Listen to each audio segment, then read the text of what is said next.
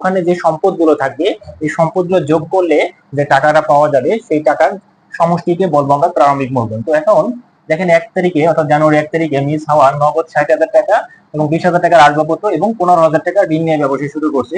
তার মানে এখানে আপনার নগদ হচ্ছে 60,000 টাকা, এটা হচ্ছে সম্পদ, আর এই যে 20,000 টাকা আসবাবপত্র এটা সম্পদ।